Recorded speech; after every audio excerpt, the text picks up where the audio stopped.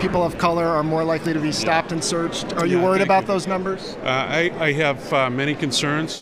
The embattled state police colonel reacting to a 5 Investigates analysis of who is being searched by state troopers after they are pulled over. As Mike Beaudet tells us, the findings are now raising questions, including why the vast majority of local police departments in the state aren't tracking these numbers.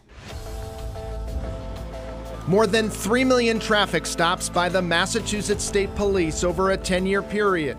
The end result, an abundance of data. For every stop, troopers are collecting all sorts of information, including the race of the driver, whether the vehicle was searched, and if anything was found.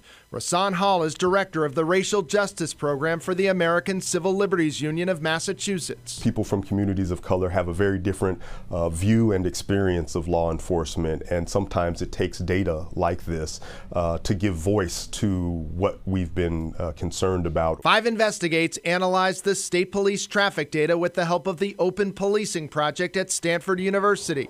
We found black people about twice as likely as white people to be searched after being stopped, while Hispanic people are almost 3 times as likely as white people to undergo a search of their vehicle. And the data also shows contraband like drugs and guns is actually more likely to be found in the vehicles of white drivers. What those numbers suggest is that racial profiling is happening. I know there's racial profiling. It's an issue with a troubling history in Massachusetts. This 2004 report analyzed 2 years of traffic stop data and found evidence of racial profiling in more than 2/3 of the law enforcement agencies in Massachusetts. Got stopped, just for like bogus things. Jack McDevitt is director of the Institute on Race at Northeastern University, which conducted the 2004 research. We showed him our analysis. Do those numbers raise concerns?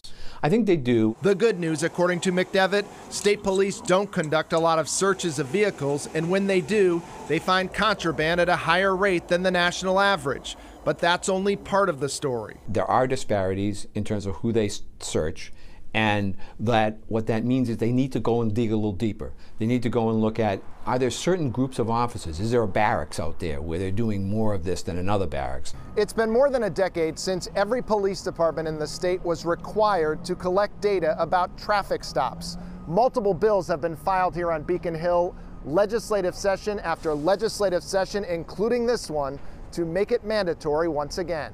At a State House hearing last month, sponsors of the bills to collect traffic stop data testified more and more of our constituents are questioning whether officers perform biased policing practices. Why do you think this legislation isn't passing? My read on this is that there are many departments that understand that they're having these problems and they don't want to deal with them. We caught up with the state police colonel after a State House event. People of color are more likely to be stopped and searched. Are you worried about those numbers? I have many concerns, and at the appropriate time, I'll address all of those concerns.